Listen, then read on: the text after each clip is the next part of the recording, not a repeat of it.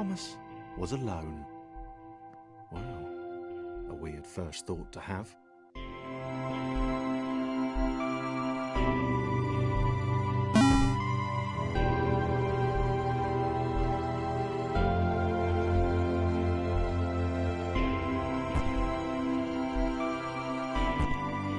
Thomas decided to start listing his observations for posterity.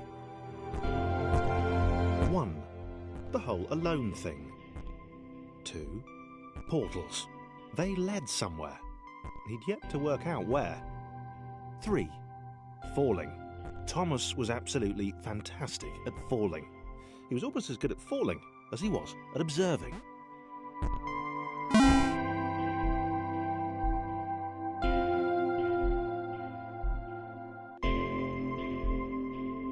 Okay, interesting. Thomas couldn't fall past this block. Think, damn it, think! What if there was some kind of inverted fall? Some way to... what's the word? Jump. It worked! Thomas had solved the great inverted fall mystery.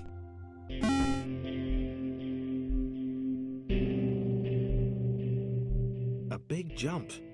But Thomas noted there was no real danger in missing it. The world didn't want him to fail here. It was pushing him, but gently.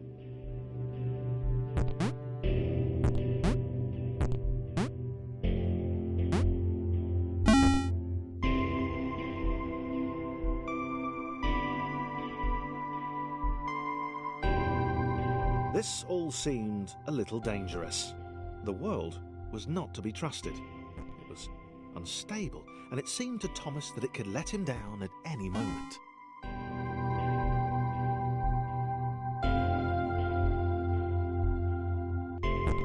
Thomas wondered whether the portals were actually taking him anywhere. He felt like he was making progress, but there wasn't really any way to know. He seemed to be moving predominantly up and to the right, which might, or might not, be important.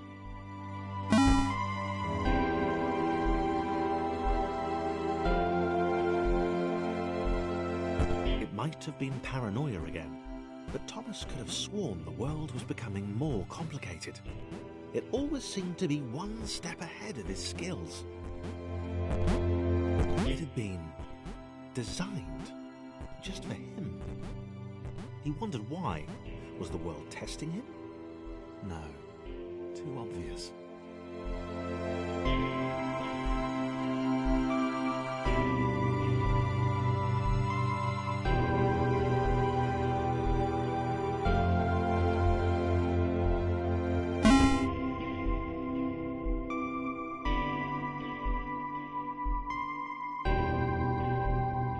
Something about the boiling, toxic, glowing water intimidated Thomas.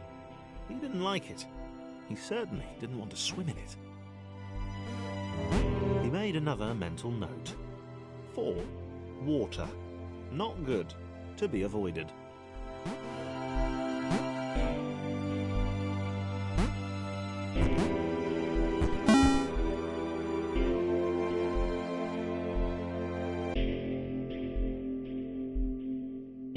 The loneliness was getting to Thomas.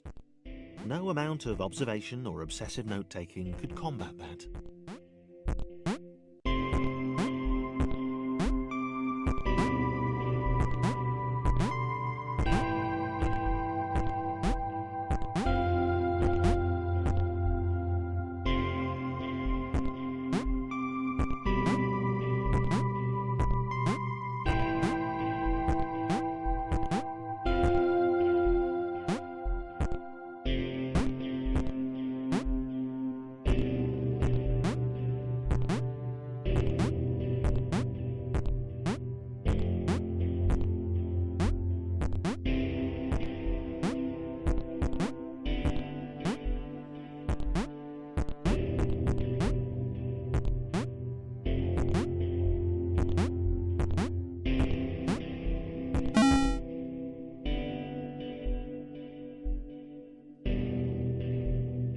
Thomas had a new theory.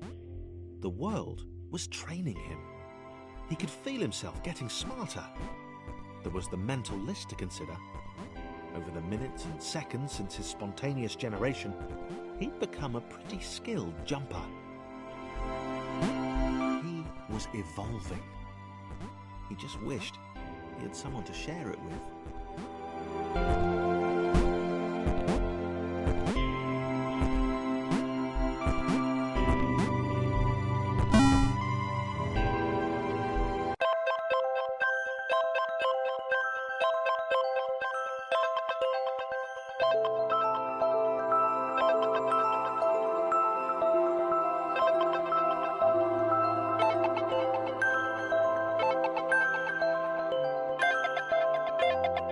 Chris took an immediate and deep dislike to the skinny red rectangle. Who the hell did this Thomas think he was?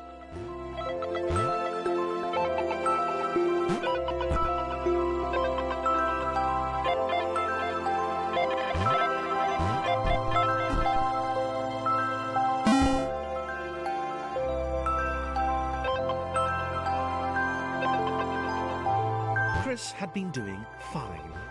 He wasn't the highest jumper, but he'd held his own. He'd even been graceful at times. Well, not technically graceful. It's probably the wrong word, but, you know, fine. There was that skinny little runt leaping about like he owned the place.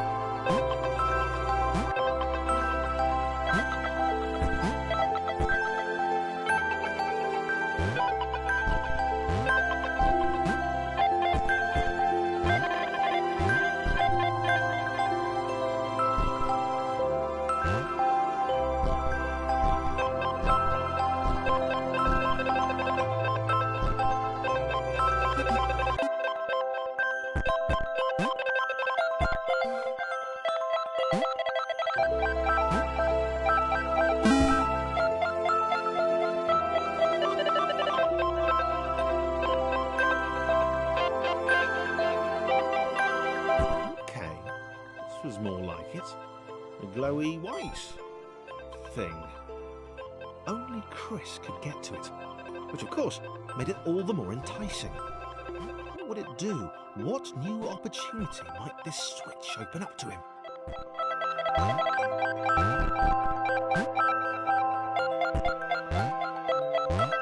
Great. Another chance for Thomas to jump slightly higher than Chris. How fortunate. Seriously. This made the whole switch pressing thing entirely worthwhile.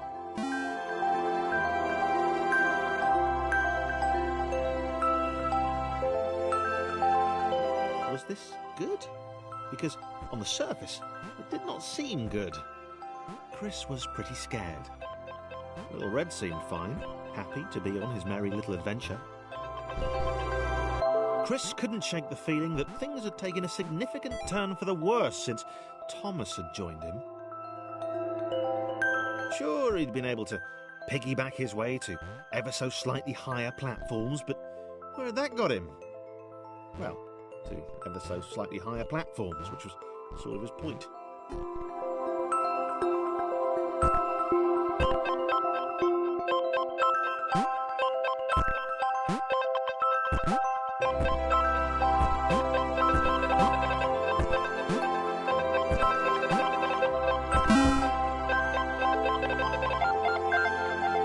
Chris stared at Thomas with pure hatred. He seemed so very happy at their situation. Friends together, a brave fellowship of quadrilaterals on a quest for greatness. That would be fine. But it was all the obvious observation that Thomas was doing which grated. Every time they saw something vaguely new, Chris would hear a satisfied little from the vaulting idiot. He hoped the next portal would split them up, if only for a few levels.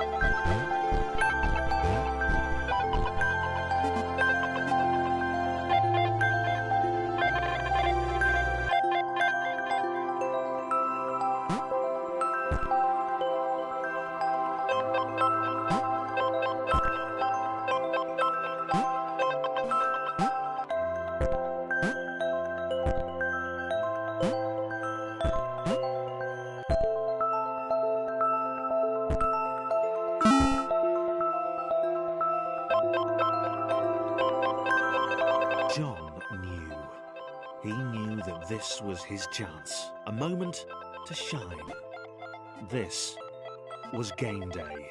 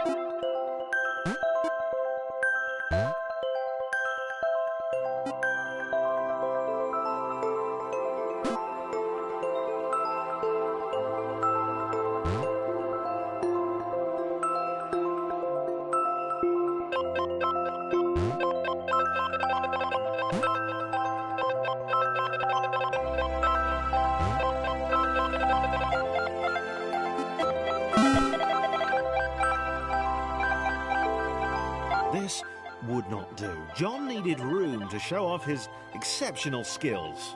As it was, he was trapped on the wrong side of these little dot things. Where did they come from, anyway?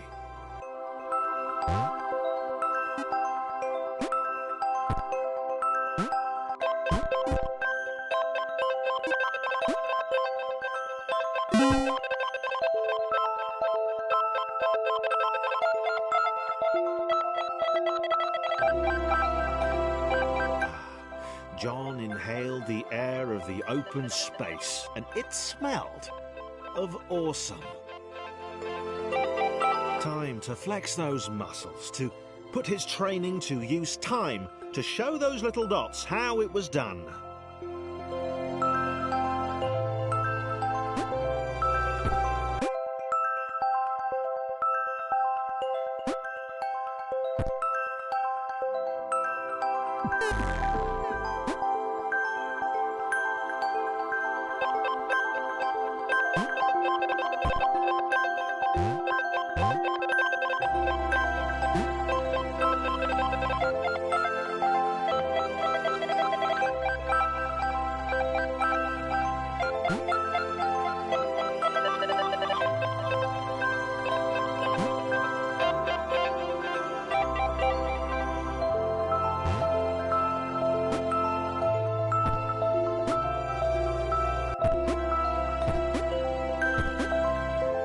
John decided to press the switch to let the little dots catch up with him.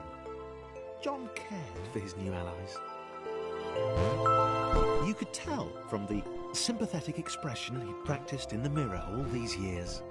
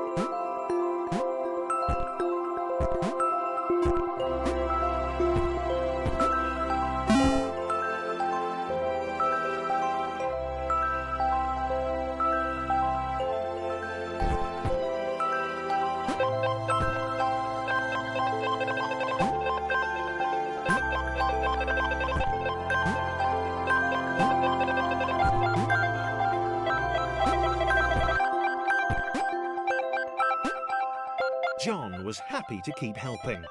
He felt it was important to his image that he was seen to help the little guys.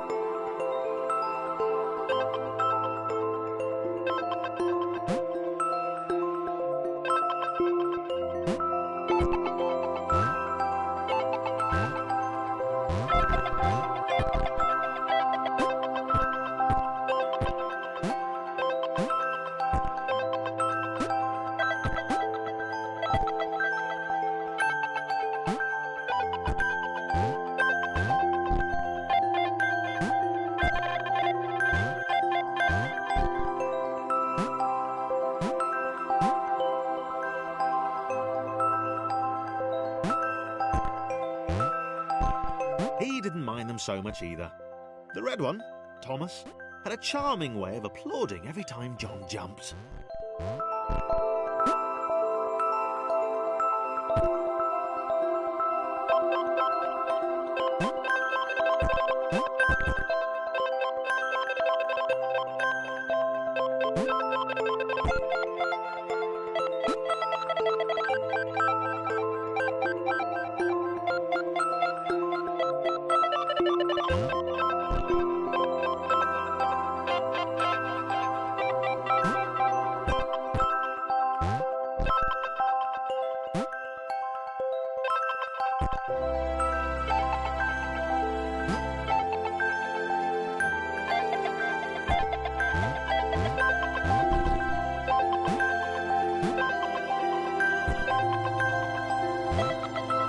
The angry orange one was less immediately likeable, but his unremitting cynicism and tutting amused John.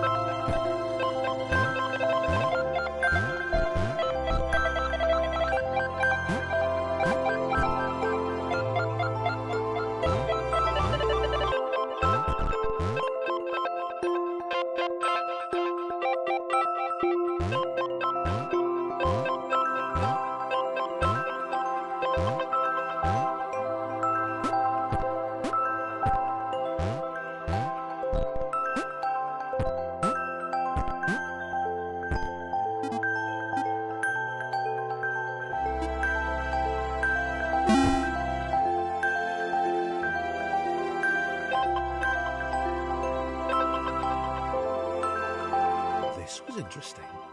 A floating target. This would require coordination, balance, and timing. John was sure the dots would be lost, but he was happy to guide them to triumph.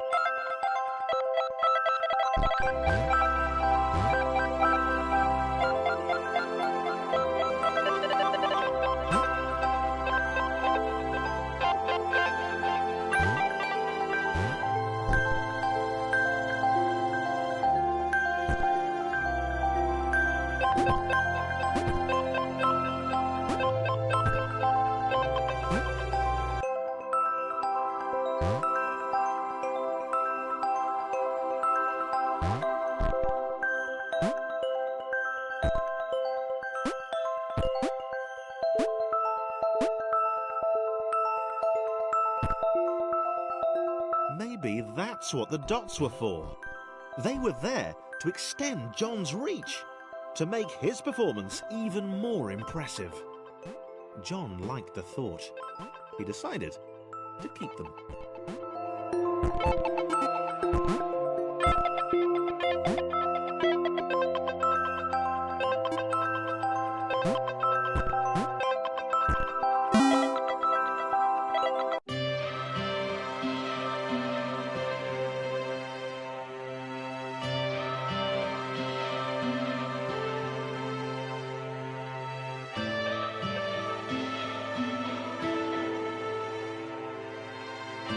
So, this was how Claire would die.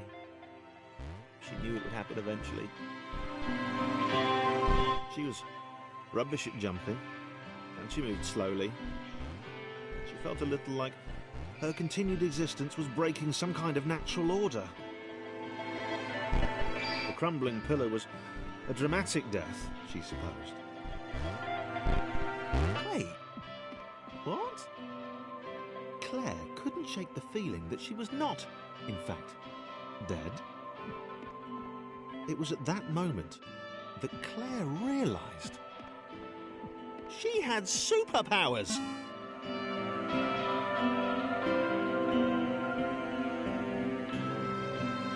She'd need a cape. There was no getting around that. You couldn't be a superhero without a cape. Claire didn't want confusion. If you saw a cape, that made matters clear. You knew what you were dealing with. Claire was all about communication. And, you know, floating in water, which was her superpower.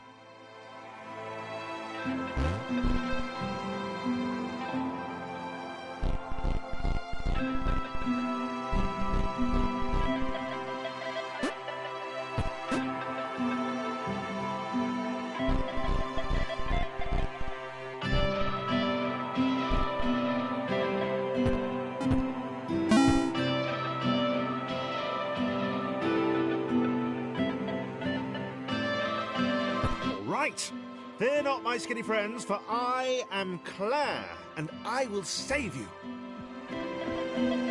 Claire needed to come up with a superhero name as soon as possible. Claire was rubbish.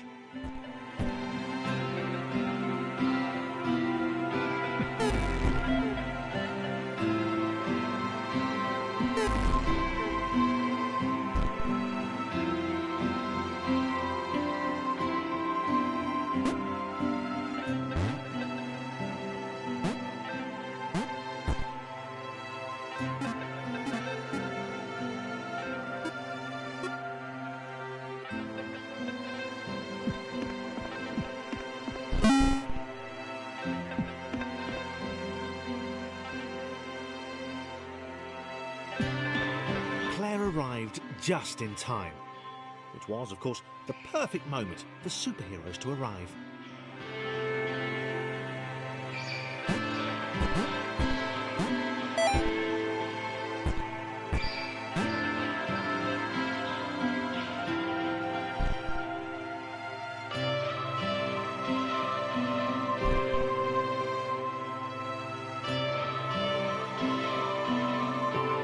As the water began to rise, Claire vowed to save this little rectangle in as many restarts as it took.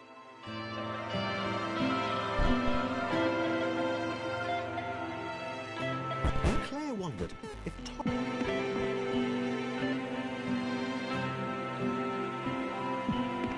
Claire arrived just in time, which was, of course, the perfect moment for superheroes to arrive.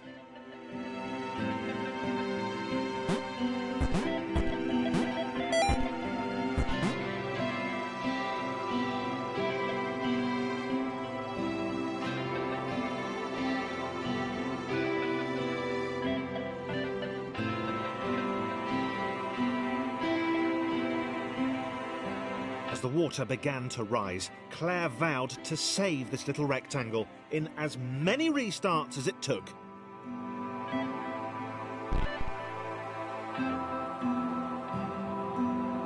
Claire wondered if Thomas would make a good sidekick.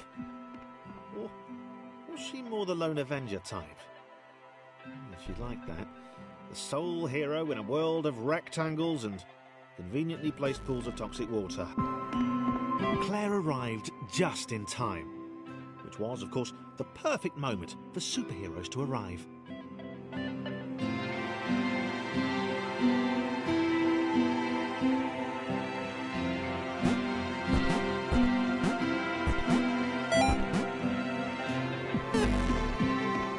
Claire arrived just in time, which was, of course, the perfect moment for superheroes to arrive.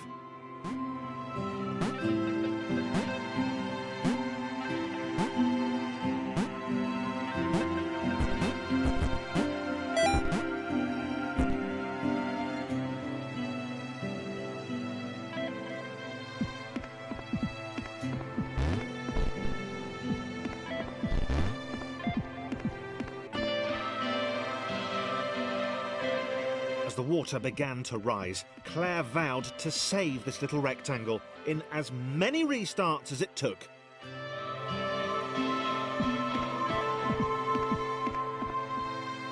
Claire wondered if Thomas would make a good sidekick. Or was she... Claire arrived just in time, which was, of course, the perfect moment for superheroes to arrive.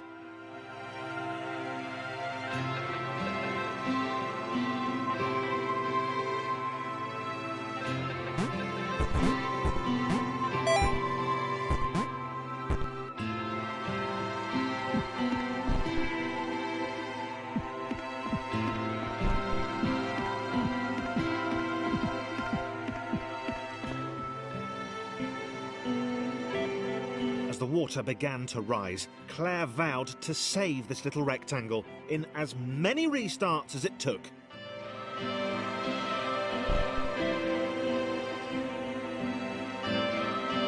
Claire wondered if Thomas would make a good sidekick. Or was she more the lone Avenger type? She'd like that. The sole hero in a world of rectangles and conveniently placed pools of toxic water.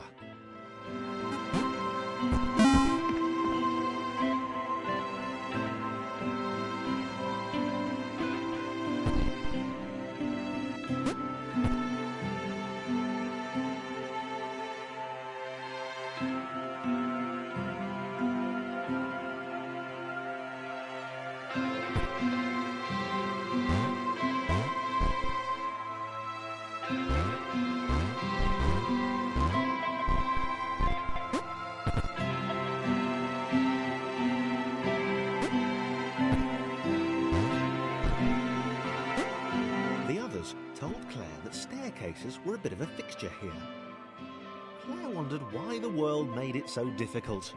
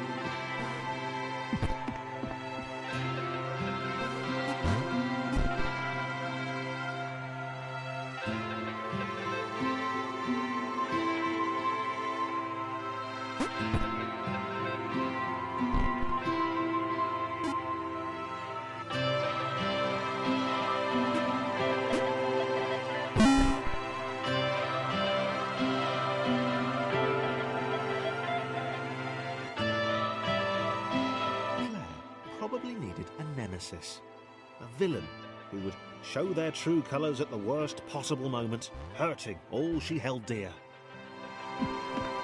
Chris was the most obvious choice. He seemed stroppy enough, and his jump was so pathetic that it conveniently avoided Claire's insecurities. Yes, Chris. Diabolical Chris. The fiendish Christopher.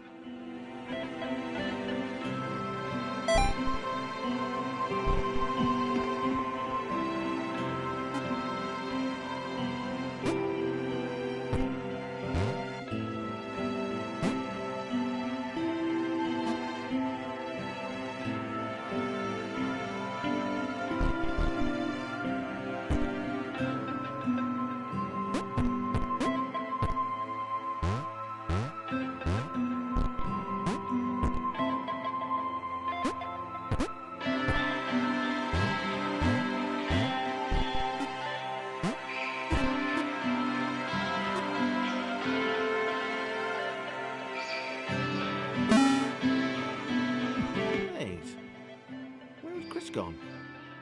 Was he off somewhere, plotting Claire's downfall? If Claire was honest, and she had to be because she was a superhero, this was a troubling turn of events. Still, there were reasonably sized bodies of water to cross.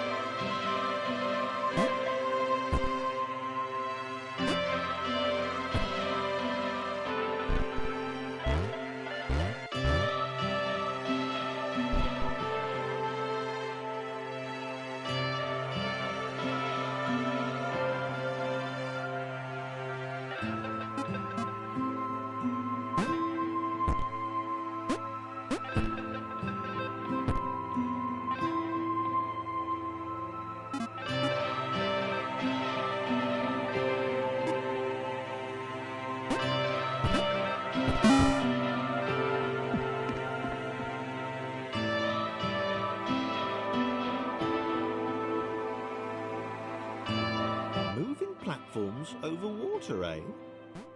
Claire's newly heightened senses told her that there were multiple paths across with various possible configurations of the little posse.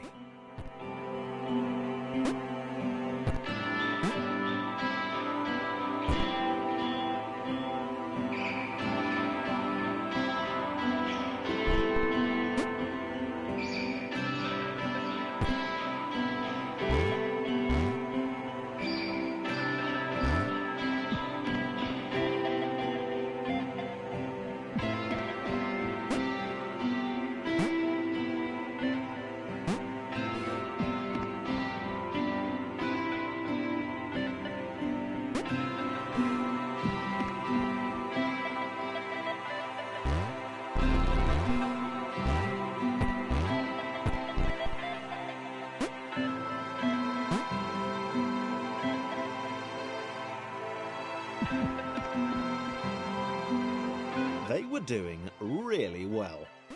Claire hoped she could get them all across. John was fully aware he could do this alone. Thomas hoped he'd never have to.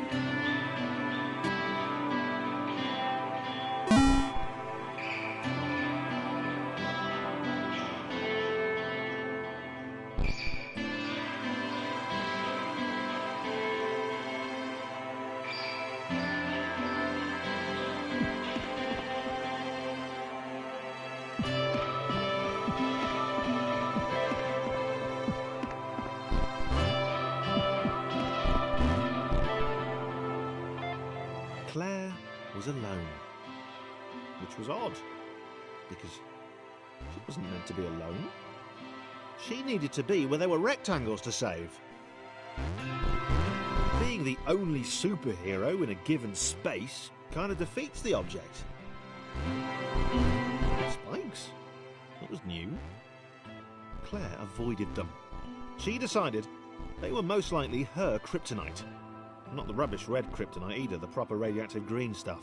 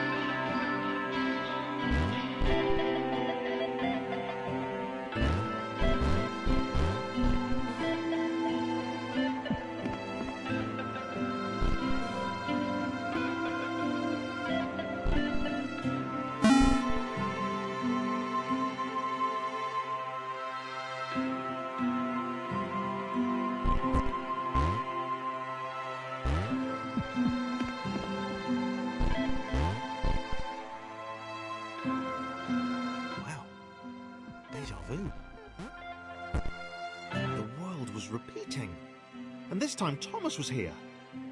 Claire felt something had gone wrong.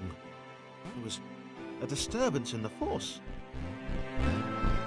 Something had altered the matrix. The world was reacting to their progress. It was amassing its forces.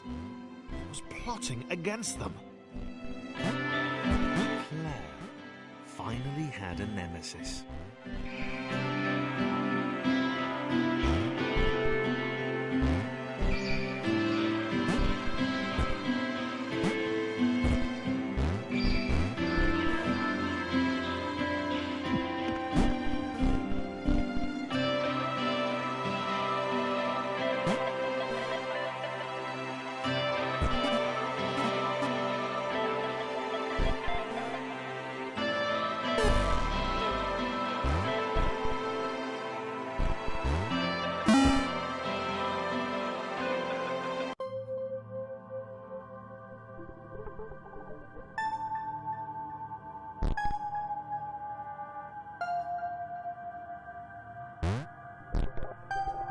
Laura was pleased this one was behind a wall. Maybe he'd never know what she could do. Maybe they could just have a conversation. Hang out. As long as he didn't find out what she could do. Which would never happen so long as they stayed separate.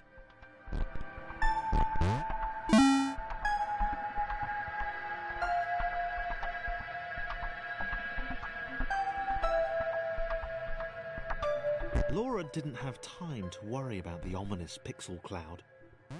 It had been following her for some time, and it had kept itself to itself until now.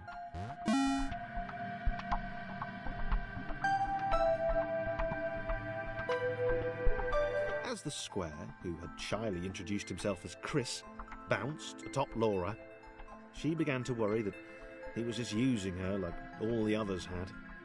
They'd all bounced too, and then they disappeared when her back was turned.